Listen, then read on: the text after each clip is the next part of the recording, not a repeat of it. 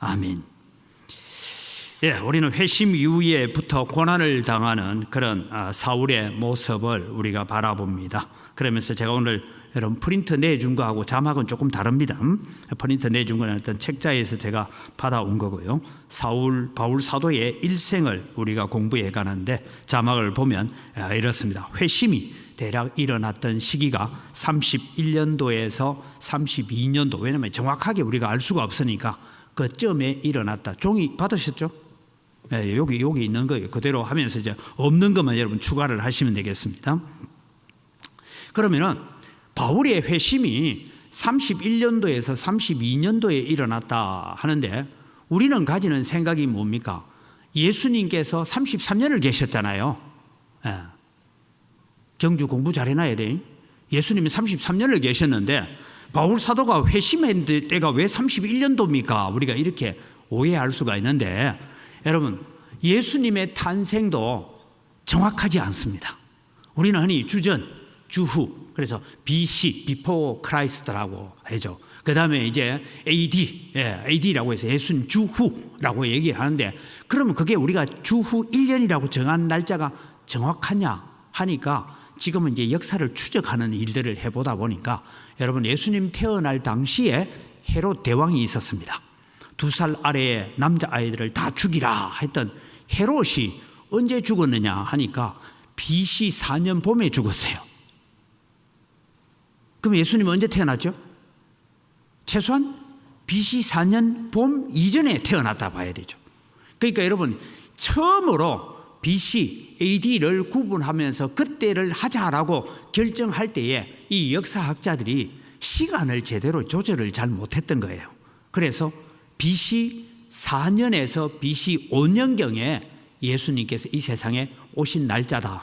그럼 여러분 왜 역사가들이나 모든 것이 지금 우리가 쉽게 말하면 오늘 정확하게 우리가 주후 몇 년 하려고 하면 지금 2025년인데 최소한 4년 내지 5년을 더해야 된다 이 말입니다. 그러니까 우리 주후 하면 지금 우리가 정확하게 좀 표현을 하자면 현재 2025년이 아니고 2029년이거나 2030년이 돼야 됩니다. 그럼 왜 하나님께서 이 날짜도 제대로 주님 오신 날, 왜냐하면 주님 오신 날이 성탄절이 별로 중요하지 않습니다. 성탄절이 필요 없다는 얘기가 아니고 그 날짜를 주놓으면 또 여러분 세대주의라는 이 부류의 신학자들이 일어나는데 만날 날짜 계산해가지고 이 세대주의는 이런 겁니다. 창세로부터 노아까지 2000년, 노아 때부터 예수님까지 2000년, 예수님부터 지금까지 2000년, 그리고 앞으로 천년왕국에 들어가는 7000년으로 완성된다. 이런 논리를 가지고 있는 거예요. 이 논리를 잘 적용했던 사람이 누구냐 하면 여러분 우리가 아는 이장림 씨라고 있죠. 다가올 미래를 준비해라. 그래서 다미 선교회라고 말했던 한때 1992년이죠. 그때 한국 교회를 혼란스럽게 빠뜨렸는데 그때도 제가 그 사역을 하면서 SFC 사역을 하면서 그때 제가 그런 얘기를 했어요. 그런 거는 믿지 마라. 그러니까 이제 다미 선교회에 대한 잘못된 생각, 잘못된 교리들에 대해서 쫙 해서 제가 가르쳤어요. 설명을 했어요. 그런데 여러분 강의 다 듣고 난 뒤에 어느 교회 젊은 목사님이 저한테 질문 하나를 했어요. 그런데 목사님 만약에 그날 오면 어쩝니까? 여러분 이게 우리의 마음속에 있는 하나님의 말씀 성경에 대한 정확한 지식이 없으면 그런 불안을 갖고 있는 거예요. 그래야 안 오는 거는 내가 목사님 이론을 들어보니까 다 알겠는데 그래도 그날 오면 돼요. 그래서 제가 물었어요. 그 전날 오면 어쩔래? 그렇잖아요. 여러분 우리는 주님이 몇 월 며칠 날 오실 것이다. 거기에 주목하는 것이야. 오늘 오시면 어떡할래? 그런 마음을 가지고 사는 여러분 되시기를 바랍니다. 주님은 지금 오시면 어떡할 겁니까? 그런 마음으로 우리가 가지고 살아야 된다는 거예요. 그래서 하나님께서는 의도적으로 예수님의 성탄절을 정확한 날짜를 주지 않으셨던 거예요. 모르게 만드셨어요. 왜냐하면 날짜 계산하지 말라고. 왜? 그날은 천사도 모르고 아들도 모르고 오직 아버지의 주권에 달려있다. 그것을 우리가 강조해요. 그래서 여러분 이제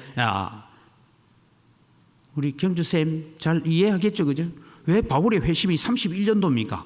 예수님 33년 살았는데 이렇게 계산하지만 이게 정확하게 주후 계산을 할 때는 한 4년을 더해야 된다. 이래 보면 지금 바울 사도가 회심한 날짜를 31년에서 32년도로 봅니다.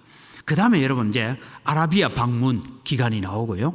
다메섹으로 돌아왔다가 예루살렘 방문을 하는 얘기 오늘 성경에 있는 거예요. 그 다음에 다시 가이사랴로 쫓겨나갔다가 고향에서 몇 년의 시간을 보내다가 이제 13장에 보면 바나바가 안디옥의 사역을 시작하기 위해서 이 사울을 다시 불러와서 안디옥 교회에 소위 말해서 부목사 역할을 만들고 있다가 거기에 1년을 가르치고 있다가 1차 선교 여행을 떠나는 이런 시기적인 문제가 있다라는 것을 기억해서 여러분 이제 바울의 생애를 보면 제가 오늘 종이 나눠준 거에다가 이걸 좀 참고하면 좋겠고요. 그러면은 성령 강림은 저기 지금 적어놓지는 않았지만 성령 강림은 몇 년도에 일어나느냐 하면 아까 제 3, 4년을 더 해야 되니까 예수님이 부활 성천하시고 50일 뒤에 그러니까 40일 뒤에죠.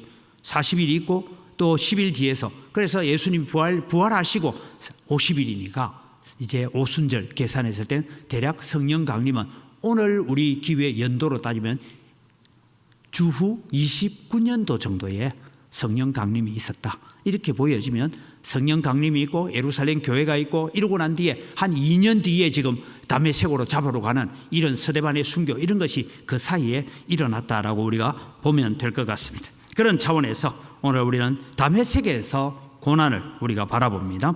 이제 회심을 했습니다. 31년경에 회심을 했는데 다메섹에서 고난을 보면 오늘 22절 23절 같이 읽을까요?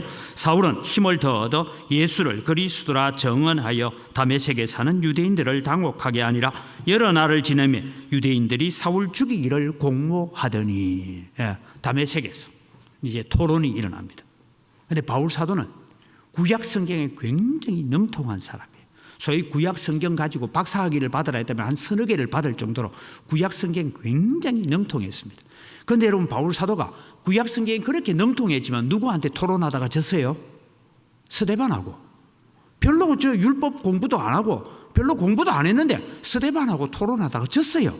그런데 이 바울이 이제 이 구약에 그 배웠던 가말리엘 문화에서 배웠던 그 모든 성경적인 지식을 다 동원해서 지금까지는 뭔 나사렛 예수를 그리스도라고 이놈들 뭐 이렇게 잡아 죽이러 다니다가 예수님을 만나고 나니까 구약 성경을 다 읽어보니까 누구를 향해 초점을 맞추고 있습니까? 예수 그리스도에게 나사렛 예수에게 초점을 맞추고 있거든요. 그래서 그 학문이 변하여서 이제는 복음을 전하는 그런 일이 일어나니까 유대인들 특별히 저기 유대인들은 바리새파 유대인들이라고 보면 좋습니다. 그런 사람들이 바울을 죽이기로 공모를 했습니다. 그래서 그 다음 보면 핍박자에서 핍박받는 자로 바울의 지식과 언변을 감당하지 못하는 유대인들은 바울을 죽여야 되겠다라고 합니다. 사탄은 지금도 동일하게 역사합니다. 변론하다가 안 되면 폭력을 휘두르고 말로 하다가 안 되면 폭언을 하고 그렇게 해서 오늘 그리스도인들을 무너지게 하려고 하는 일들이 마귀가 하는 일이다라는 것을 보게 됩니다. 그 다음에 24절로 넘어가죠. 다메섹에서 탈출을 합니다. 같이 읽을까요? 그 계교가 사울에게 알려지니라 그들이 그를 죽이려고 밤낮으로 성문까지 지키거늘. 그러니까 바울이 도망 못 가도록 다메섹 성 안에 있는데 누구 집에 숨어 있는 거예요. 숨어 있는데 밤낮으로 성문을 지키고 있어요. 여러분 우리 사극 같은 데도 보면 어떤 사람을 못 나가게 하기 위해서 성문에서 지키고 있으니까 여러분 성벽에서 도망가면 되지. 그런데 우리 조선시대에 보면 성벽을 뛰어넘어 도망을 많이 가요. 그런데 여러분 높은 성벽은 뛰어넘다가 다리를 부러지든지 죽습니다. 그래서 그의 제자들이 밤에 사울을 광주리에 담아서 성벽에서 달아내렸다. 이러고 보니까 뭐가 생각나면 여호수아가 생각나죠. 여호수아가 2명의 정탐꾼을 보냈더니만은 이 기생 라합이 자기 입에 숨겨놨다가 끈을 묶어서 옷으로 끈을 만들어서 줄 타고 내려가서 도망가라 했듯이 그런 역사를 통해서 도망을 갔습니다. 이 부분에 대해서 고린도후서 11장에 바울 사도는 이렇게 적고 있습니다. 같이 읽을까요? 다메섹에서 아레다 왕의 고관이 나를 잡으려고 다메섹 성을 지켰으나 나는 광주리를 타고 덜창문으로 성벽을 내려가 그 손에서 벗어났노라 하고 고린도후서에서 지금 있었던 이 사건을 그렇게 회상을 하고 있더라라는 것을 우리가 봅니다. 그러니까 다메섹에서 아레다 왕의 고관이라 하는 것은, 아레다 왕은 그 다메섹 전체 지역을 다스리는 왕이었고, 그러니까 우리로 말하면 총독이었고, 그 왕의 신하들이 지금 유대인들의 말을 듣고, 아 그래, 세상을 어지럽게 하는 나사렛 예수가 무슨 하나님의 아들이라고, 나사렛 예수가 만왕의 왕이라고, 그래 우리도 잡을게 하면서 여러분 유대인들과 이 이방인들이 같이 결탁을 해서 지금 바울을 잡으려고 했던 그 일에 대해서 바울 사도는 이렇게 고백하고 있습니다. 그럼 이것을 여러분 우리는 어떻게 봐야 되느냐? 피할 길을 준비하시는 우리는 하나님을 우리는 봐야 됩니다. 자, 여러분 성도들은 살아갈 때요, 피해야 할 때가 있고 끝까지 싸워야 할 때가 있고 때로는 고난 가운데 머물러야 할 때가 있다라는 것입니다. 여러분 고난을 피해서 도망갈 때는 바울 사도도 선교 여행을 하다가 어떨 때는 도망을 가버렸어요. 왜? 여기서는 더 이상 있다가 안 되겠구나 하고 도망을 간 데가 있는가 하면, 어떨 때는 돌에 맞아 죽은 것처럼 되어서 성 밖에 내침을 당할 때까지 바울 사도는 거기에 버티면서 사역을 했을 때가 있습니다. 나중에 이제 저 부분을 배울 거예요. 바울 사도가 살아가면서 피해야 할 때와 끝까지 싸워야 할 때, 고난 가운데 머물러야 할 때가 있었다. 여러분 우리는 성경에 인내라는 말이 있고 오래 참음이 있습니다. 두 말은 같은 뜻으로 쓰여지기도 하지만 실제로 여러분 저 두 단어는 어떤 때 쓰이느냐 하면, 인내라는 말은 사람과의 관계 속에서 어려움이 있을 때 오래 참는 것을 인내라 하고요, 오래 참음은 환경의 어려움입니다. 환경의 어려움을 당했을 때에도 내가 그 환경 속에 주님의 뜻을 물으면서 오래 참고 있는 것. 그래서 성경은 이 두 단어를 조금 구분해서 사용하고 있습니다. 그럼 여러분 이제 바울 사도의 모습을 봅니다. 갈라디아서 1장 15절에서 19절인데요. 같이 읽어갈까요? 그러나 내 어머니의 태로부터 나를 택정하시고 그의 은혜로 나를 부르시니가 그의 아들을 이방에 전하기 위하여 그를 내 속에 나타내시기를 기뻐하셨을 때에 내가 곧 혈육과 의논하지 아니하고, 즉 부모와 지금까지 내가 같이 했던 가말리엘 선생님이나 이런 사람들과 의논하지 아니하고 하나님의 뜻을 쫓아갔다 하는 얘기입니다. 17절 봅니다. 또 나보다 먼저 사도된 자들을 만나려고 예루살렘으로 가지 아니하고 아라비아로 갔다가, 아까 제가 이제 아라비아 얘기를 했죠. 여러분 저 종이 나눠준 데 보면 아라비아로 갔을 때가 33년에서 36년 정도, 대략 한 3년 정도를 거기에 있었다라고 봅니다. 가지 아니하고 아라비아로 갔다가 다시 다메섹으로 돌아갔노라. 그 후 3년 만에 내가 게바를 방문하려고 예루살렘에 올라가서 그와 함께 15일을 머무는 동안에 주의 형제 야고보 외에는 다른 사도들을 보지 못하였노라. 그렇게 말하고 있습니다. 그럼 여러분 오늘 바울 사도, 다시 여러분 종이를 한번 보십시오. 하나님께서 이 바울 사도를 인도에 가시는데 어떤 모습으로 인도에 가셨느냐? 다메섹에서 회심을 했습니다. 회심을 하고 다메섹에서 복음을 전합니다. 복음을 전하다가 죽을 위기에 당하니까 다시 그곳에서 도망을 갔습니다. 도망을 가서 이 바울이 무엇을 했느냐 할 때에 아라비아, 즉 사막 지역으로 갔다 이 말입니다. 아라비아로 갔다가 거기서 성경은 많은 성경학자들이 3년을 아라비아에 있었다라고 합니다. 요즘 우리 그래서 신학대학원을 3년을 만들었는지 모르겠어요. 3년을 아라비아에서 신학 교육을 받습니다. 다음 자막 하나 보여주세요. 아라비아 3년의 광야 신학교 훈련이 있었다라고 보여지는데, 여러분 바울은 왜 평생을 독신으로 살았을까? 바울은 베드로도 결혼했고 다른 제자들도 결혼하고 가정을 가지고 있었는데 자기는 평생 그렇게 삽니다. 우리는 여러분 당시 유대 종교 사회는 세 파가 있는데 우리 성경에는 등장하지 않습니다. 등장하는 것은 바리새파, 사두개파만 우리는 알고 있습니다. 그런데 에세네파라는 것이 한참 이후에, 그것도 1952년도나 돼서 여러분 너무나 오랫동안 사해바다 주변에 쿰난 동굴이라고 거기에 묻혀 있다가 그 자료들이 발견되기 시작했어요. 이때 여러분 우리가 흔히 말하는 세례요한, 세례요한도 여러분 우리가 말하면 원래 세례요한은 사두개파에 소속한 제사장 가문입니다. 그런데 그 제사장의 가문을 포기하고 광야의 선지자로 살고 있잖아요. 광야에서 약대 털옷을 입고 소위 말해서 짐승 털옷을 덮으시고, 그리고 메뚜기와 석청이라는 것은 바위에 붙어있는 꿀입니다. 그걸 먹으면서 그렇게 살았다 했을 때에 많은 학자들이 그 당시에 있었던, 예수님 당시에 있었던 에세네파의 영향을 받았다라고 그렇게 설명을 합니다. 정확하게는 우리가 알 수 없지만 바울 사도도 광야의 아라비아에 3년 동안 머무는 신학교육 훈련을 통해서 그는 이미 바리새파입니다. 사두개파의 허점이 무엇이고 사두개파가 얼마나 비성경적인가를 잘 알고 있습니다. 그런데 에세네파는 경건주의자들, 금욕주의자들입니다. 그들은 곧 하나님의 나라가 임할 것을 기대하면서 살았습니다. 그래서 바울 사도는 고린도 교회를 향해서도 차라리 결혼하지 말고 나와 같이 지내는 것이 좋으니라 하고 임박한 예수 그리스도의 재림에 대한 기록들을 해가고 있는 그런 모습.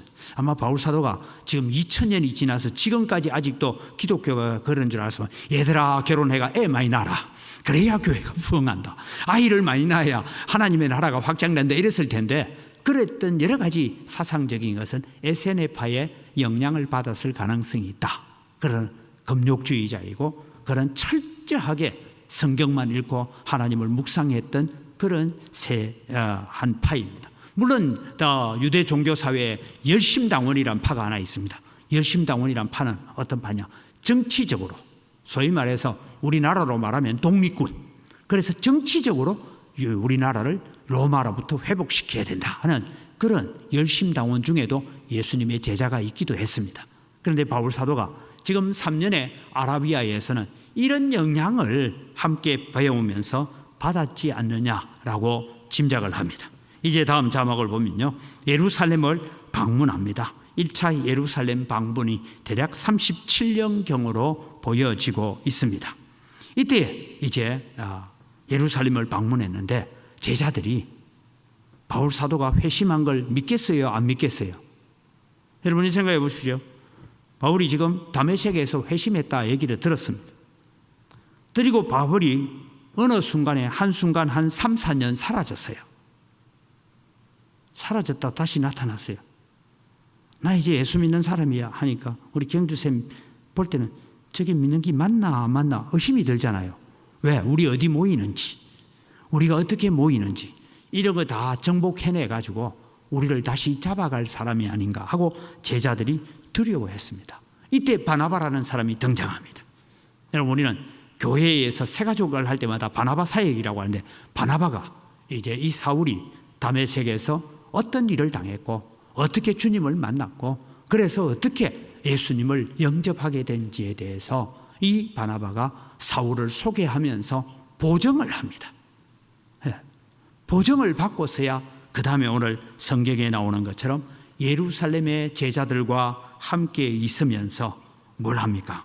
거기서 또 가르치기 시작해요. 오늘 29절에 보면 또 주 예수의 이름으로 담대히 말하고 헬라파 유대인들과, 29절에 그러면서 헬라파 유대인들이라는 것은 뭐냐면 자기도 헬라파 유대인이에요. 그러니까 여러분, 헬라파 유대인이라는 것은 예루살렘을 주변으로 살고 있는 히브리파 유대인이 아니고 멀리 흩어져 살고 있는 회당 중심으로 살고 있는 이 헬라파 유대인들과 경론을 벌입니다. 토론을 합니다. 거기서 바울 사도가 이겨요. 왜? 내가 이때까지 가말리엘에게서 배웠던 그 많은 지식과 그 많은 성경적인 지식을 다 동원해 보니 나사렛 예수가 그리스도가 맞다, 이래 얘기하니까 여러분, 일반 같이 바울과 함께 공부했던 사람, 바울과 함께 유대교회에 철저했던 사람이 도무지 받아들일 수가 없는 거예요. 그러니까 바울 사도가 뭐가 변절자예요, 배신자예요. 그럼 배신자는 어떻게 해야 되죠? 죽여야죠. 그래서 오늘 성경에 이렇게 나옵니다. 그 사람들이 바울을 죽이려고 힘쓰거늘 형제들이 알고 가이사라로 데리고 가서 다소로 보내니라. 다소는 자기 고향입니다. 다소 땅에 고향에 가서 바울 사도는 또 시간을 보냅니다. 대략 다소 땅에서 보낸 시간이 한 3, 4년 거기서 시간을 보냅니다. 그러니까 여러분, 바울 사도는 금방 뭐 사역하고 한 게 아니에요. 다메섹에서 회심을 하고, 그리고 다시 안디옥에서 바나바가 안디옥 교회로 부르는 사이의 역사는 12년 정도의 간격이 있습니다. 그 많은 시간 동안 바울 사도는 자기가 배운 학문과 자기가 배운 모든 것을 동원해서 예수가 그리스도임을 더 깊이 알고 더 깊이 영적 교제를 나누고 그러고 난 다음에 그가 사역자로 쓰임받게 되죠. 그가 사역자로 쓰임받으면서 썼던 것이 우리는 로마서에서부터 시작해서 더 빌레몬까지 이어지는 13권의 성경을 적어내는, 어떤 사람은 히브리서도 바울 사도의 저작이다라고 말하지만 저는 히브리서를 바울의 저작이라고는 보지는 않습니다. 그런데 이렇게 성경을 좀 특별히 우리가 바라봐야 되는 거예요. 로마서와 갈라디아서 같은 이런 주옥 같은 성경을 적어내는 일에 쓰임받았더라라는 것을 우리가 알게 됩니다. 그래서 오늘 우리 교훈은 이런 것입니다. 고난당할 때 피할 길을 준비하신 하나님은 자기 일꾼을 보호하시더라.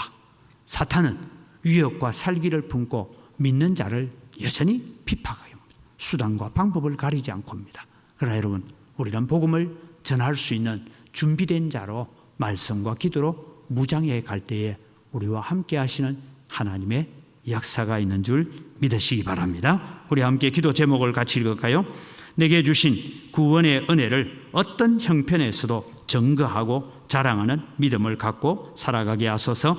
밝은 영적 분별력을 갖고 시대와 형편을 잘 구분하여 오직 순종의 걸음을 걷는 자로 살아가게 하소서. 주여 한번 물어가 한 1분간 같이 기도합니다. 주여